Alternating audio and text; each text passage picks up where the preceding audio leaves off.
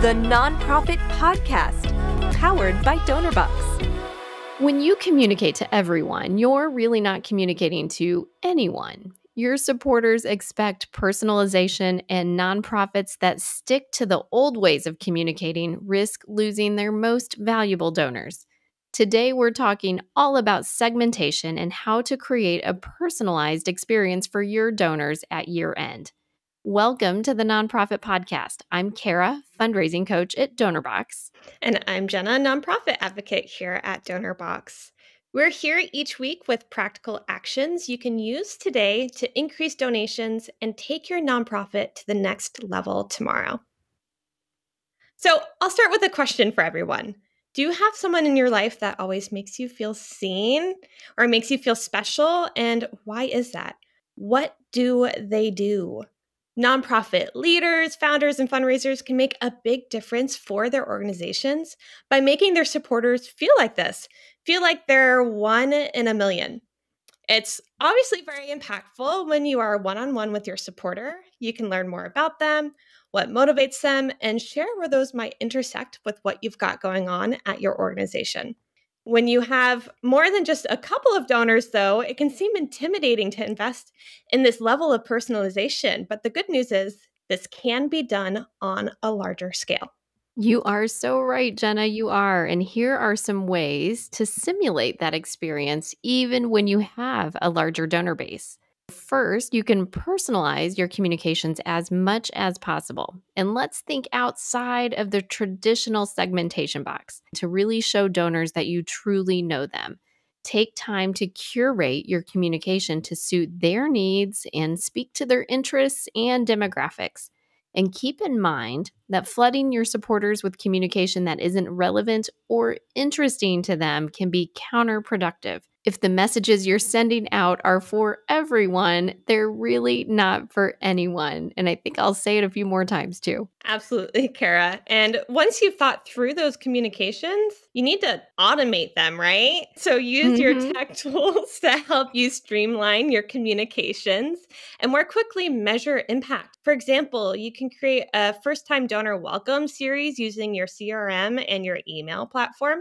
So when you gain a new donor, that triggers a welcome email, and then that can be followed up by an automated donor survey a couple of weeks later, and then maybe an invitation to volunteer or to a fundraising event a couple of weeks after that. I love that. That's a great approach. Absolutely. So, but several years ago, we would have pulled lists, right? Sorted them into a spreadsheet and then sent out individual emails on a date that we set on our calendar. We would have, I did. It was so cumbersome, but now technology allows us to set it and spend our time elsewhere.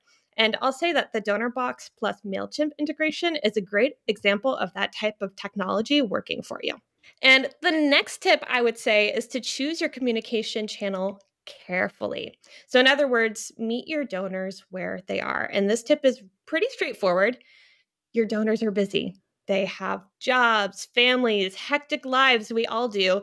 And that's why it's important for you to put the effort in to meet them where it's most convenient for them. And that means communicating with them through the channels that they prefer using and also offering as many methods for your donors to give as possible. Yes, we actually just had a podcast episode where we talked about digital wallets and how impactful that is to getting donors. I love that.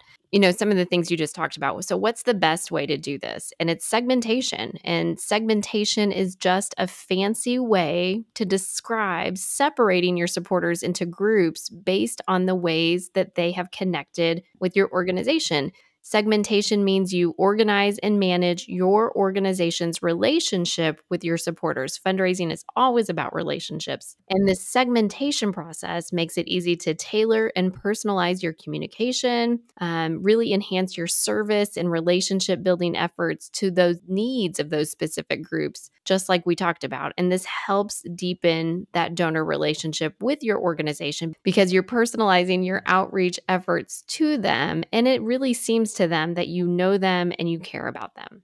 So why would we segment? Well, first, it's a time saver. While segmentation requires some time to implement, it's usually more effective over the long run. It really helps your organization address the people directly involved in supporting your organization and it improves those interactions with them too.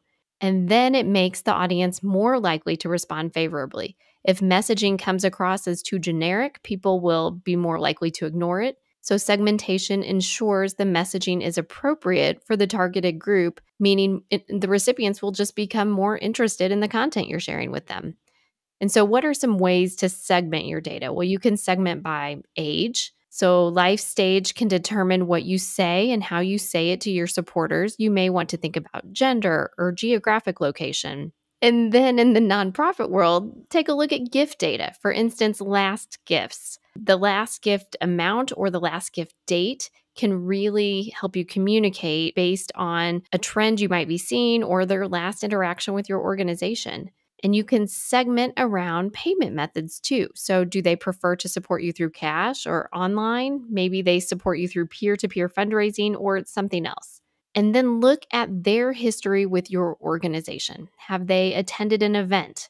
Speak to this. Do they open your email newsletters? This might make a great segment. Maybe they're a current or past staff member or board member, and you'll want to speak to them a little differently than any other groups of supporters. So let this be reflected in how you segment. And then after looking at all the ways to segment your data, you'll determine which segments you'll use for your campaign. And my recommendation this time of year for year-end campaign planning is to really just select 3 to 5 different areas to focus on for year-end and communicate to those groups very intentionally and very thoughtfully. Absolutely, Cara. And I love how you highlighted the different ways organizations can think about segmenting their donors. And we know that every nonprofit is different, and it's important to highlight that each donor is different too. There's no one size fits all strategy for donor segmentation because what works for one organization may not work for your organization. There are a lot of elements to consider. Donor segmentation is a lot like detective work, and I've always said that. It's about identifying patterns in your donor data and how donors have interacted with your organization, and then using those patterns to identify your segments. Once you've identified these segments, what do you do next? Well, the retail sector does this really well. And so let's take a look at the retail sector for a minute. I feel like nonprofits can learn a lot by looking at examples from retail. So trying to sell a service without a target audience is one of the greatest mistakes a business can make. A retailer isn't going to waste time trying to sell my grandmother the latest smartphone or a pair of Jordans. And a savvy retailer wouldn't spend time or money making sure wrinkle cream ads pop up in my teenager's Instagram feed, right? I might pause there for a second, but she sure won't. So does that make sense? Yeah, absolutely. It's not a lot different in the nonprofit sector. And instead of customers, we're talking about donors. And donors have different needs and wants too. And the good news is that there are often groups or segments of donors who are similar to each other. And nonprofits can tailor messaging, and those who do this and do it well really see some good results. For instance, we just mentioned that donors often give through sending a check. And so if you have a donor who writes a check to your organization and mails it to you at the same time every year, perhaps it's best to communicate to that donor through a mailed fundraising appeal and send a thank you note again through the mail when they donate. Likewise, if you have a donor who only gives to you online, save your postage and your mailing expenses and communicate to them digitally. So you might have a loyal donor who supported your organization for 10 years straight. And I think it's a great idea to mention this somewhere in the appeal letter or in the acknowledgement letter so you can customize those based on giving history. You can use a spreadsheet with this data. You could pull it out of your database and insert those merge fields into your copy for a mailing, or an email provider will have those merge fields for you too. And that dynamic information really is what makes that appeal or that acknowledgement letter stand out. And I encourage you to personalize more than just that name field and really make your supporters feel like they are known by your organization.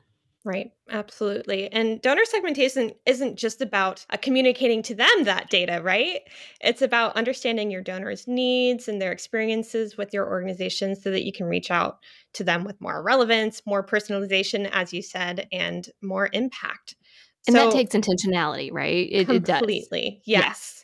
And this type of personalization makes your supporters feel so seen, and it grows that credibility and trust between the supporter and your organization.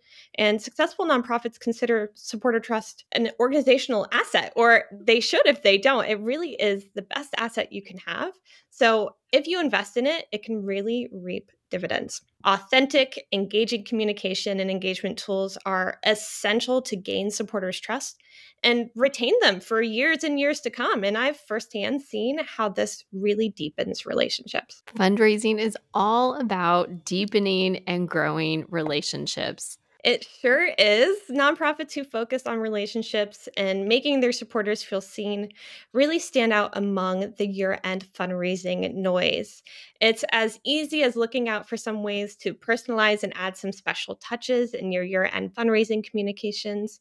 And as you move into your year-end campaign, think about creative ways you can personalize your communications and save yourself some time by using segmentation. And today, don't overthink it too much. Just choose a couple, maybe 3, as Cara said, segments to communicate with this year end, and tailor your messaging toward those segments.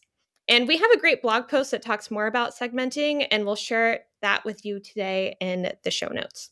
Excellent. Thank you, Jenna, for that practical, actionable advice. Your supporters each have unique reasons to support you, and they have expectations from your nonprofit. And sometimes, ironically, the most effective way to communicate with your supporters is by making them part of a group and communicate in a way that resonates with them. And after all, if you're communicating to everyone, you're really not communicating to anyone. And thank you for choosing to spend time with the Nonprofit Podcast. I hope you've left with confidence to take a small step today that will make a big difference tomorrow. And don't forget to download and review the podcast, or give it a thumbs up if you're listening to the Nonprofit Podcast on YouTube. Your review is a great way to help others find us. You're here to help others. We're here to help you. Until next time, stay inspired.